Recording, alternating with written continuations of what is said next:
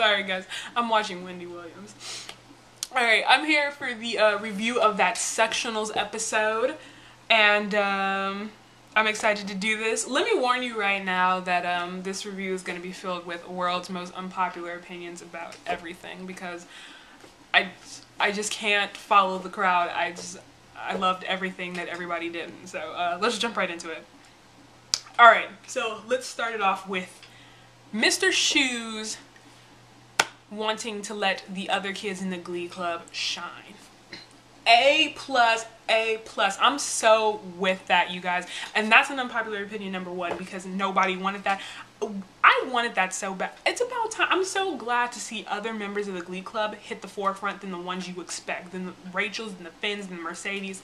Now look, I understand. Finn, Rachel, Mercedes, they have the strongest voices or whatever. And they're the leaders and all that stuff. But you know, like, it's good to let the other kids shine a little bit. And you guys are all saying like, oh, you know, during competition time? No, that's not right. Let's just throw it out here. This is Sectionals. It's pretty much established in life that they're most likely going to regionals and then this season to nationals. So to throw out the maybe weaker voices of the cast for the Sectionals, I liked it. It gave them a chance to shine, because you know when regionals and nationals come out, they're gonna blow it out of the water. It's gonna be Rachel, Mercedes, possibly Puck, Finn, maybe even Santana. Her voice is pretty good, but I'm gonna get into that later. But I was so happy that, you know, that he's letting the other kids shine. Like, if you've ever been a part of a team or some type of club, you know how hard being in the background is. This is considering you're not a starter. Like, I was a starter on varsity basketball my junior and senior year, but that was like, you know, the time before that when I wasn't, you knew what it meant to be on the bench. And it's like when the coach calls you up and finally, you know, gets you up and at it, you know, you feel a sense of pride. It's just like you're not as good as the main crew, but it's like just to know that somebody respects and trusts you enough to think that you won't completely blow it. It's just a good feeling. So I'm really glad that they got to the forefront. Rachel and her diva. Unpopular opinion number two. Rachel got on my damn nerves this episode, and which isn't really going to be that serious, because I'm a person who watches this show seriously at such a face value. I mean, it's like an hour of our lives, guys. This fandom explodes so hard every time something happens. Like, there's so much anger with these people about the show. It's like, it's just a show. It's like, calm down, dude. Like, let's be real. We have more important things in our lives to worry about. So when I say that, like, I hated characters, trust me, it's just a face value for one episode. I'm over it already. But, like, for this one episode moment, Rachel got on my damn nerves, because she's such an ego. Like, once again, back to, if you've ever been on a team, that person with that super ego who just doesn't know how to let it go and appreciate anybody else, that, you know, they get on your nerves. So I was not down with the get down for that. And another unpopular opinion, number three, I was so happy Schuster put her in her place. Like, once again, back to my team reference. If you've ever been on a team, coaches are not afraid to give you shit. Like, and they shouldn't be. Like, a coach should be able to put you in your place and tell you to shut up and, like, get it through your head that you're not the only person in the world. The world does not revolve around one, you know? So I was glad that Schuster finally got that coach out of him and was like, you know, hey, seriously? Stop being such a, you know, a bitch. Like, calm down. Let everybody else have their vibe. So I like that. I was digging that. I was mad digging that. Unpopular opinion number four. Santana will always be my number one, my numero uno. I love that chick like it's nobody's business. What? I don't care. Like, how is all of a sudden, like, everybody gonna get mad at Santana now because she told that, you know, that she hooked up with Finn? Because first of all, Finn should have been done that. If you saw my review for last episode, he should have been done that. And second of all, like, she doesn't have anything to lose, because I mean, Rachel and Finn weren't even dating when she hooked up with. So it's not like she's coming in saying, hey, I straight manhandled, stole your man or whatever. Like, at least when Santana goes after dudes, you know, he wasn't dating anybody at the moment. But like, you know, that's more than I can say for Rachel. Than, you know, when she went after Finn, he was still with Quinn. Finn's bad factor in this too. Like, you know, he shouldn't have lied, and you know, and it was his fault for hooking up with Santana. That don't got nothing to do with him. He regrets it. She's chilling. Like, her shit is not trashed in the least bit. So, you know, that's all I'm saying. Like, I just thought Rachel mad overreacted. She's like trying to play the pity card, and it's just like, come on, get over yourself. Get over yourself. So that was that. Unpopular opinion number 5. I liked Artie and Brittany this episode. I'm sorry, I have to say it. I know people are virtually throwing tomatoes at the computer right now, trying to hit me with them, but they were cute. They were cute. I'm still not a fan of them. I still rather Brittany Santana or Brittany Mike, because that was a little crack shot for me. Even though I love Tina Mike, you know, it's my little side. But they were cute. The whole, like, magic comb story really does strike me as something that only Brittany would believe. And I just think it's so innocent and naive. Their storyline was so, like, it was just cute. Her being nervous about dancing even though she kills off, like, all other human beings on the dance floor. Because seriously, was that little dance duet between Mike and Brittany not the most epic shit in the world? Okay? This weekend I went to a Christmas party and was participated in a Soul Train line. I'm black. And Kool and the Gang was on the radio. I was getting down on it. I thought Kid and Play, I thought I had the moves. Lo and behold, come Tuesday, I watched this chick do her thing, and I'm like, what am I doing with my life? That's basically what I was like, what am I doing with my life? She's such a good dancer that she insulted my ego through a TV screen. Is that serious? So Brittany and Mike just need more solos throughout time. They better have a little solo dance off at like every competition now, because it's just necessary. It is. So yeah, I wasn't bothered by Barty this episode. Unpopular opinion number 6. Let me just tell you, this review is going all around. I'm just hitting points. Number 6.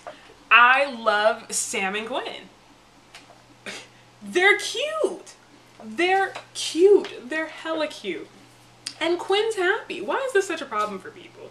And I'm talking like this is a problem for people who claim they're Quinn fans. Like, why is this a problem that she's having a good boyfriend right now?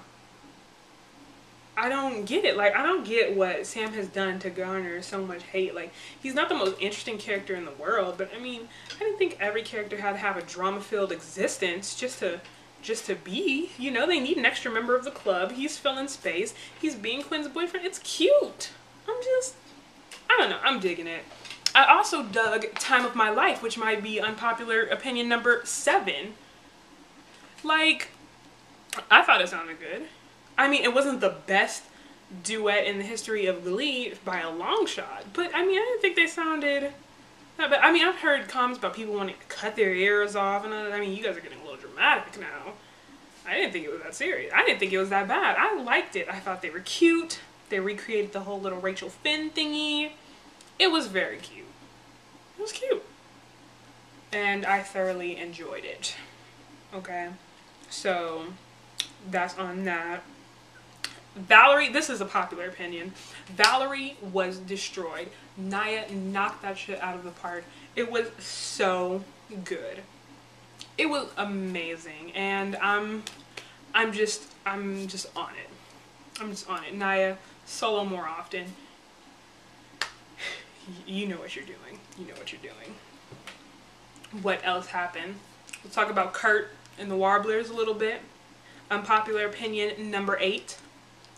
I think Kurt was right to get rejected for his ideas and stuff. Because really, let's be honest, how are you just gonna transfer to a new school, a new club, and all of a sudden just have the power to A, get solos, B, just changing set lists? You don't know how their harmony works, you don't know how their club works. How are you just gonna come in? I mean, I appreciate like he has ideas and he's excited, but let's be real now. How are you just gonna get up in that just like that quick, you know? So I was cool with him being rejected. I think it's what he needed, okay? This isn't the Kurt show. This isn't New Directions. You're at a whole new different team. You gotta get used to this stuff. There's nothing wrong with standing out, but you can't just come in there and bogart everything else. These boys have been in there for who knows how long. They've got their vibe. Like, you gotta flow with it before you can start jumping out, like, above the river. You see what I'm saying? So, that's that. Dog Days Are Over. It's a dope. I love Jenna and Amber's voice. I think Jenna's voice was more suited for that song just because of how light it is, and Amber fit in well fit. So I really liked it, and I love the out of character little performances when they're all just happy and they're all just dancing. They do their thing. It just kind of reminds you how much fun they have like making that show, and it's amazing. Now I saved the best for last. Do you want to know what's the best part of this entire episode? Lauren motherfucking Zeisses. Best character ever. She's the best thing that happened to Glee for me. You don't know. She's so funny. Like, she had me dying the entire episode. I know Kurt is going to eventually be back to New Directions, but it doesn't mean Lauren has to go. What happened to the wall of sound they were trying to create from the first episode? You could always use an extra member, and Lauren Zeisses is that perfect extra. She's just amazing. Did anybody notice that when they were in the room and they were talking about, like, everybody knows that Santana and Finn slept together, that when Rachel called it out, she was like, does everybody know? If you look at Lauren, she's like, she knew. She's amazing. Her doing push-ups to get psyched up for the comp was epic. Like, everything about that chick has made, she's my number one. I've loved her since she first appeared, when Rachel asked her to hook up the AV stuff. Like, she's amazing, and nothing's gonna kill that. Nothing. Also for the songs, Hey Soul Sister was dope. I loved it because I love Darren Chris's voice. I think it's really smooth, and the Warblers have this cool little swag to them, so I really enjoyed it, and it was dope, and I'm a big fan of that song. Don't Cry For Me, Argentina, it was good, but it was boring to me. Like, I wasn't feeling it, so that's all I can say for that. The ending, the tie. Let me tell you, I called that for like 3 weeks back.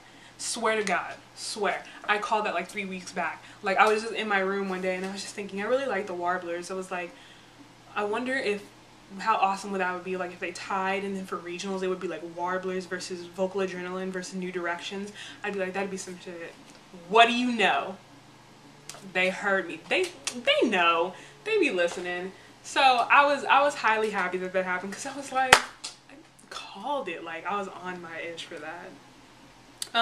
Line of the night for me though had to be look, you want Ken and Barbie from Rachel. That was like the only moment of Rachel I liked this episode.